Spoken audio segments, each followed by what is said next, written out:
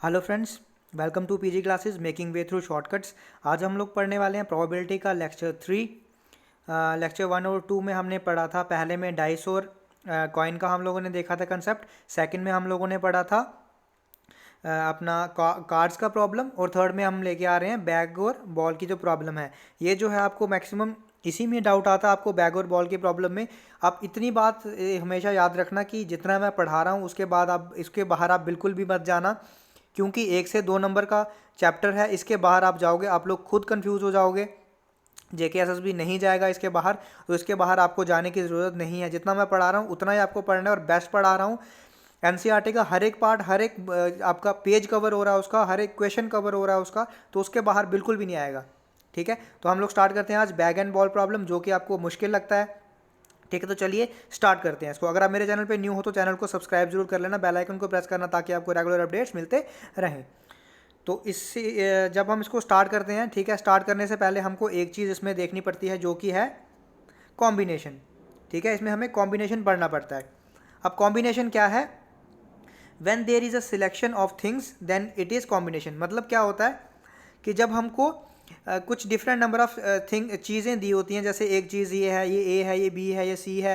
ठीक है, हमको इनमें से सिलेक्ट करनी होती है। हमारे पास दो चीज़ें हैं, दो कंसेप्ट होते हैं। एक होता है कि हमको अरेंज करना है, कि हम लोग इसको कितने मेथड से अरेंज कर सकते हैं। ठीक है, कि सपोज इसका नाम ए है, इसका नाम बी है।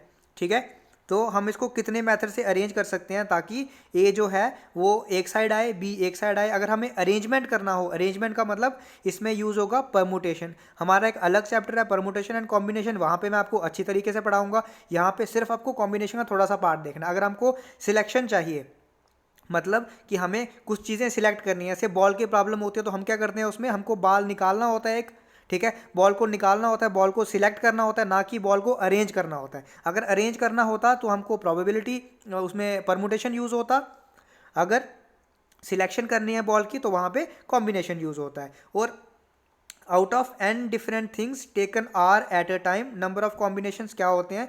मतलब अगर हमें एन डिफरेंट थिंग्स निकालनी है, ठीक है, total number of things suppose आपकी एन है, उसमें से आर हमको निकालनी है, तो उसको कैसे लिखते हैं? N C R. एन आपके पास आ गया total number of things, r आपको उसमें से निकालनी है। उसका फार्मूला क्या आ जाता है? N factorial upon r factorial into n minus r factorial. अब मैं आपको बताता हूँ फैक्टोरियल क्या चीज़ है। ठीक है, आपके पास एक कंसेप्ट आता है फैक्टोरियल। ये जो आप देख रहे हैं ना साइन, ये जो साइन लगा है, ठीक है, इसको क्या बोलते हैं? इसको बोलते हैं फैक्टोरियल। ठीक, इसका क्या मतलब है? जहाँ पे ये लगा होगा ना, अगर आप इसको हटाओगे तो वो नंबर पीछे चलता जाएगा, बैकवर्ड चलता जाएगा 1 तक। ठीक है, मतलब अगर हमारे पास 4 फैक्टोरियल, सपोज हमने लिखा 4 फैक्टोरियल, तो ये क्या आएगा? अब अगर हमने फैक्टोरियल को हटाना है तो 4 इंटू 2 इंटू 1, मतलब ये नंबर जो है वो पीछे की तरफ चलता जाएगा 1 तक। ठीक है, अगर हम फैक्टोरियल हटाएंगे। वैसे ही हमारा n फैक्टोरियल जो है, तो वो कैसे आएगा? n into n minus one into n minus two, वैसे हो पीछे चलता जाएगा। तो ये फार्मूला आपको याद रखना है, सिर्फ n factorial upon r factorial into n minus r factorial. बस इसी फार्मूला का यूज़ होगा पूरे बॉल प्रॉब्लम में।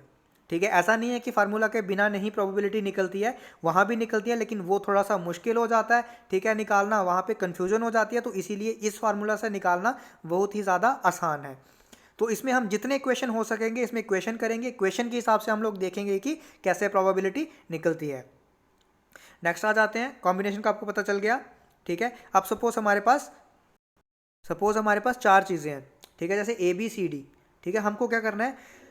अब क्वेश्चन क्या है यहाँ पे कि ए बी सी डी को आप कितने तरह से अरेंज नहीं करना है, इसको सिलेक्ट करना है। मतलब इसकी सिलेक्शन निकालनी है हमें, ताकि हमारे दो पेयर एक साथ आएँ। ठीक है, 2 पेयर, मतलब 2 पेयर चाहिए हमें, 2 को सिलेक्ट करना है, ऐसे आप समझ लो, 2 को सिलेक्ट करना है 4 में से।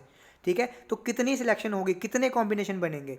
तो यहाँ मैंने आपको करके बताया, एक बार ए बी होगा, ए सी होगा, ए डी होगा, उसके बाद बी सी होगा, बी डी होगा, फिर सी डी होगा, मतलब 6 कॉम्बिनेशन बनेंगे। इसी को अगर आपको फार्मूला से करना है तो टोटल कितने हैं आपके पास? 4, सॉरी, टोटल कितने हैं? 4, उसमें से सिलेक्ट कितने करने हैं आपको? 2, तो क्या हो जाएगा? 4 factorial upon 2 factorial into 4 - 2 factorial. तो कितना कितना हो जाएगा, ये ऊपर आएगा 4 फैक्टोरियल, नीचे 2 फैक्टोरियल, और 4 - 2 कितना हो गया, 2 फैक्टोरियल। इसको जब सॉल्व करोगे 4 × 3 × 2 × 1, नीचे वाला 2 × 1 और 2 × 1, ये कटा तो 6 आए। मतलब यहाँ से भी आपका 6 आ रहा है, यहाँ से भी आपका 6 आ रहा है। तो मतलब ऐसे भी निकाल सकते हो, ऐसे भी निकाल सकते हो। अब ऐसे आपको, ये तो चलो 4 चीज़ें थी, अगर आपको 10 15 20 ऐसे दे दिया होगा तो आप कॉम्बिनेशन नहीं बना सकते हो उसके एक एक करके, तो इसीलिए आपको इस फार्मूला का यूज़ करना है। अब इस फार्मूले में अगर n = r होगा, n = r का क्या मतलब है, मतलब जैसे सपोज 4, 1 सेकेंड, सपोज आपको दिया है 4c4, 4c4, मतलब ये n होता है, ये r होता है, n = r है, तो इसको कैसे सॉल्व करेंगे, 4 फैक्टोरियल अपॉन क्या आ जाएगा नीचे, 4 फैक्टोरियल इंटू 4 - 4 मतलब 0 फैक्टोरियल। अब आपको एक चीज़ यहाँ पे याद रखनी है कि 0 फैक्टोरियल जो होता है वो 1 होता है। ये क्यों होता है, ये कुछ कुछ चीज़ें मैथ में ऐसी होती हैं, कुछ कंसेप्ट्स होते हैं जो कि मैं अलग एक वीडियो में लेके आऊँगा कि ये क्यों होती हैं चीज़ें ऐसी। ठीक है, तो आपको अभी के लिए आपको याद रखना है कि 0 फैक्टोरियल 1 होता है, तो ये क्या हो गया 1, 4 फैक्टोरियल कट गया तो बचा गया 1। मतलब n = r जब होगा तो NCR क्या होगा, वो होगा 1, मतलब कॉम्बिनेशन किसके बराबर होगा, 1। वैसे ही सिमिलरली जब R 0 होगा तब भी NC0 किसके बराबर होगा, 1 के बराबर होगा। ठीक है, आप निकाल के भी देख सकते हो, NC0 मतलब n factorial upon n factorial into n-0 factorial,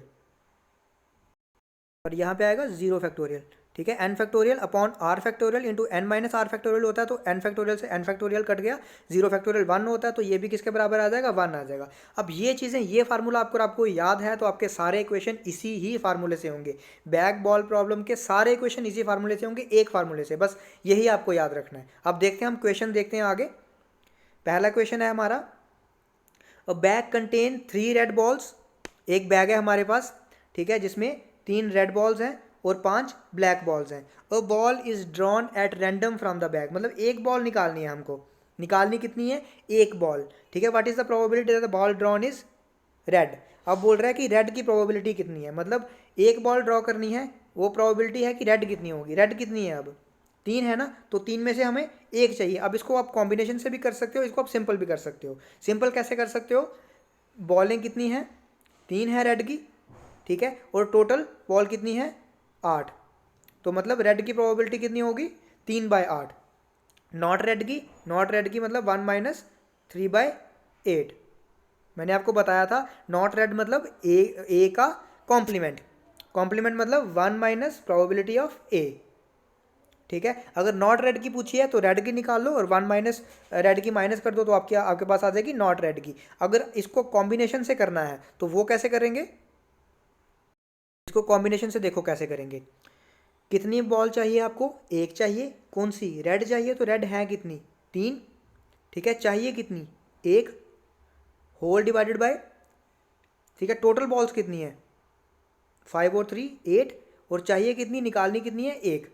तो मैंने आपको बताया था NC1 किसके बराबर होता है, आप इसको निकाल के भी देख लो, 3 factorial upon 2 factorial into again 1 factorial. ठीक है, तो ये 3/2 आ गया, नीचे आएगा 8 factorial upon 7 factorial, sorry 7 factorial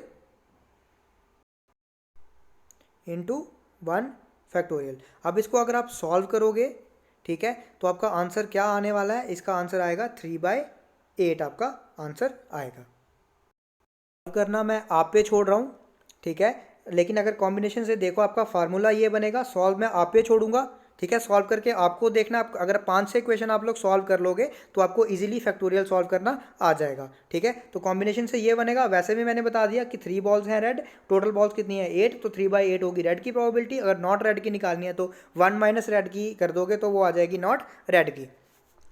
next question पे चलते हैं। नेक्स्ट क्वेश्चन है, a box contain 5 red marbles, 8 white marbles और 4 ग्रीन मार्बल्स। ठीक है, 5 जो है वो रेड हैं, 8 जो है वो वाइट हैं, और 4 जो है वो ग्रीन मार्बल्स है। उन्होंने बोला है एक मार्बल ड्रॉ करना है हमको बॉक्स में से, एक मार्बल ड्रॉ करना है, प्रोबेबिलिटी क्या होगी कि वो रेड मार्बल होगा।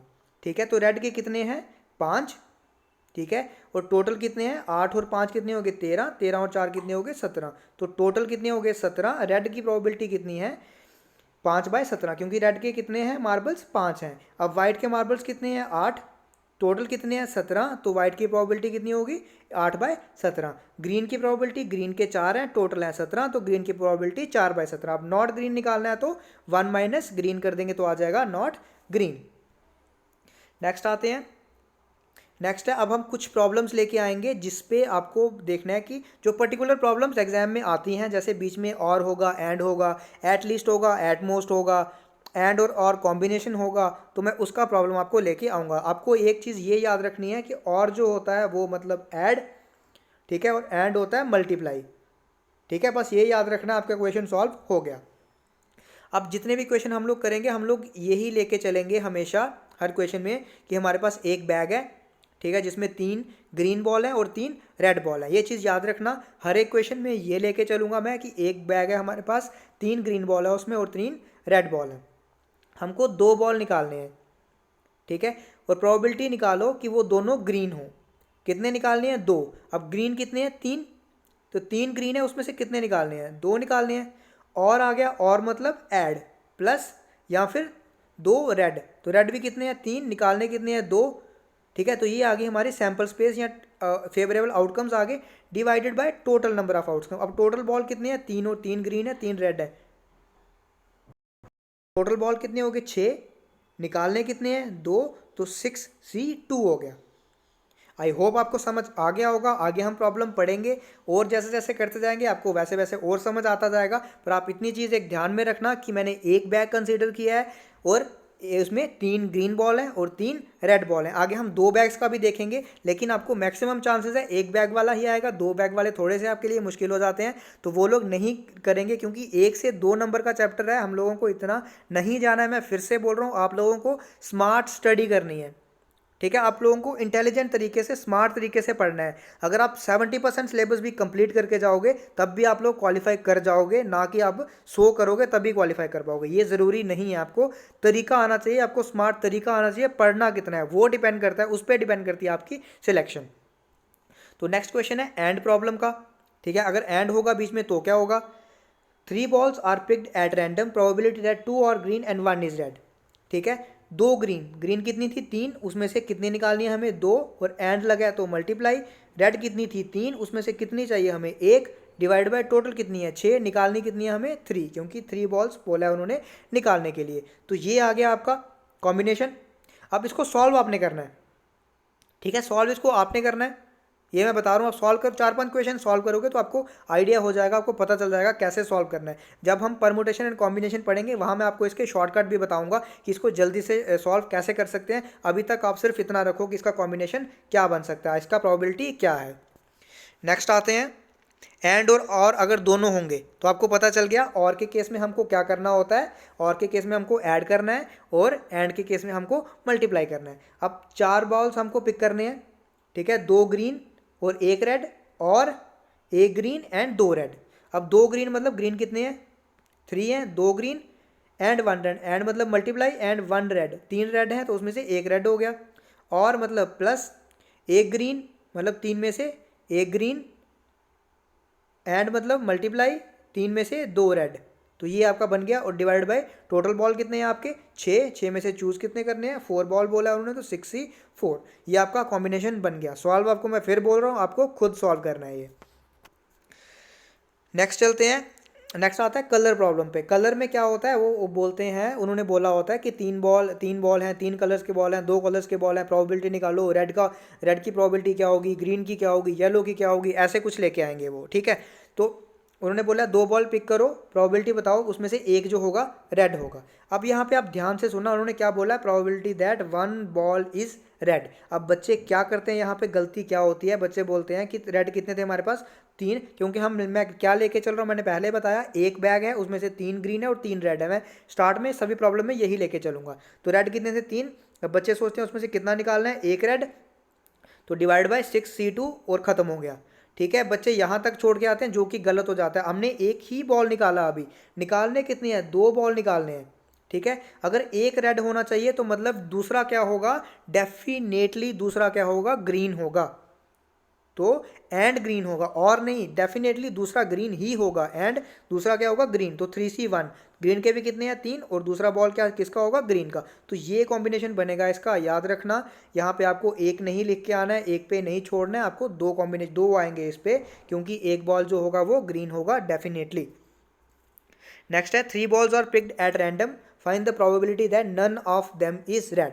अब 3 बॉल पिक करने हैं, ठीक है, प्रोबेबिलिटी बताओ कि रेड कोई भी नहीं है। अब रेड कोई भी नहीं है मतलब सारे क्या होंगे, ग्रीन होंगे, सारे ग्रीन, मतलब 3 है ग्रीन, उसमें से 3 ही हमको चूज करने हैं। टोटल कितने हैं, 6, कितने चूज करने हैं, 3। तो ये बन गया आपका कॉम्बिनेशन। इसको आपने खुद सॉल्व करना है, आंसर जो भी आएगा, ठीक है।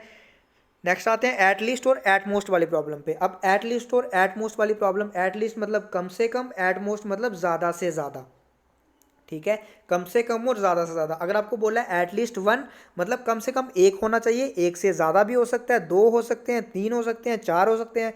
एट मोस्ट 2 मतलब ज़्यादा से ज़्यादा 2 होंगे, 2 से ज़्यादा नहीं होंगे, 2 से कम हो सकते हैं, ठीक है।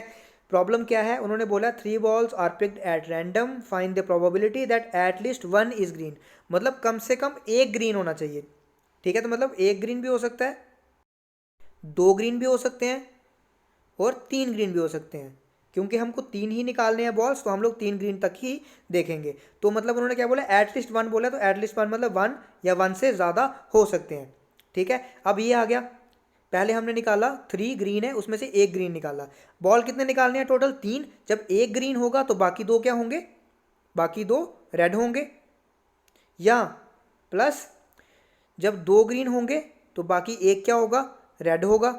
जब 3 ग्रीन होंगे बाकी 0 बचा, क्योंकि 3 ही निकालने हैं। जब तीनों के तीनों हमारे ग्रीन हो गए तो रेड कितना होगा, 0। अब टोटल कितने हैं, 6 बॉल हैं, निकालने कितने हैं, 3 डिवाइड बाई 6C3 आ गया, ठीक है। आई होप आपको समझ आया होगा।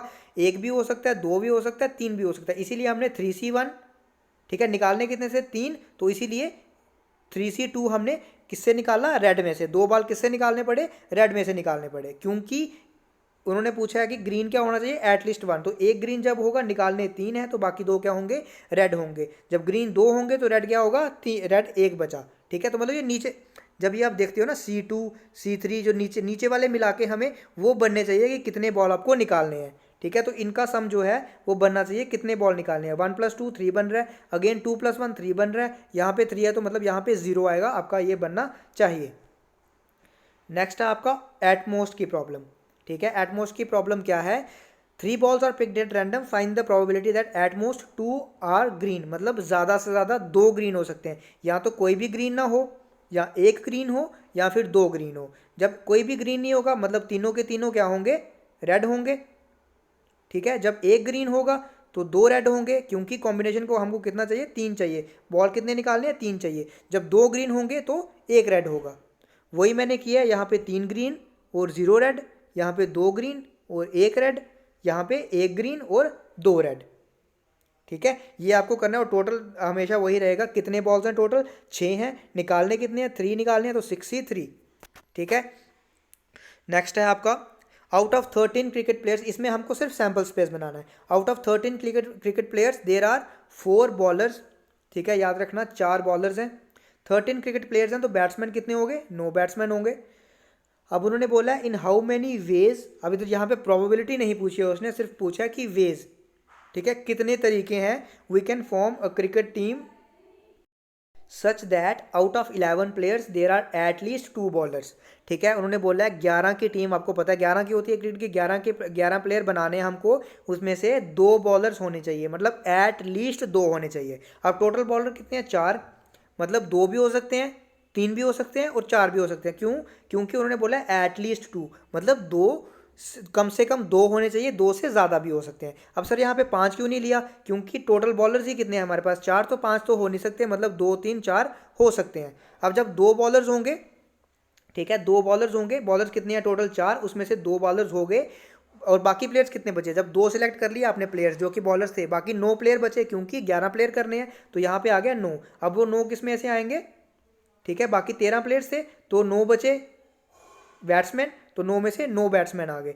बाकी यहाँ पे फिर क्या आ गया, 3 बॉलर्स और 8 बैट्समैन, फिर 4 बॉलर्स और 7 बैट्समैन। सर यहाँ पे 9 क्यों लिखा है, 9 क्यों लिखा है, क्योंकि बैट्समैन कितने हैं, 9 है, ये 9C8 मतलब बैट्समैन 9 है, और निकालने कितने हमें 8, क्योंकि 3 हमने बॉलर निकाल लिए, टोटल हमें मिलाने हैं 11। यहाँ पे 9 + 2 11 मिलाने हैं, यहाँ पे 4 + 7 कितने हो गए 11, टोटल बनाने हैं हमें 11 प्लेयर्स।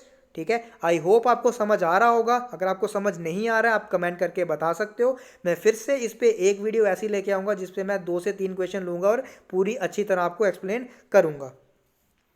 नेक्स्ट क्वेश्चन है हमारा, एक क्वेश्चन हम लोग देते हैं 2 बॉल्स पे। ठीक है, अब 2 बॉल्स का प्रॉब्लम क्या होता है, 2 बैग्स का, सॉरी 2 बैग्स का प्रॉब्लम सेम है एज 1 बैग के। सिर्फ यहाँ पे क्या डिफरेंस होगा, यहाँ पे हमें बैग की भी प्रोबेबिलिटी निकालनी पड़ती है कि किस बैग में से चूज़ किया है। अब 2 बैग्स हैं तो हर एक बैग की प्रोबेबिलिटी कितनी होगी 1/2। अगर बैग 1 में से चूज़ किया होगा कोई बॉल तो उसकी प्रोबेबिलिटी 1/2 सिर्फ बैग की, बाकी प्रोबेबिलिटी बॉल की जो रहेगी वो वैसी ही रहेगी, लेकिन बैग की प्रोबेबिलिटी 1/2 सॉरी। अगर 3 बैग्स होते तो किसी एक बैग में से बॉल चूज करने की प्रोबेबिलिटी 1/3, वैसे ही 4 बैग्स होते तो 1/4। बाकी प्रोबेबिलिटी बॉल्स की वही रहेगी, लेकिन आपको 1/2 से उसको मल्टीप्लाई करना है।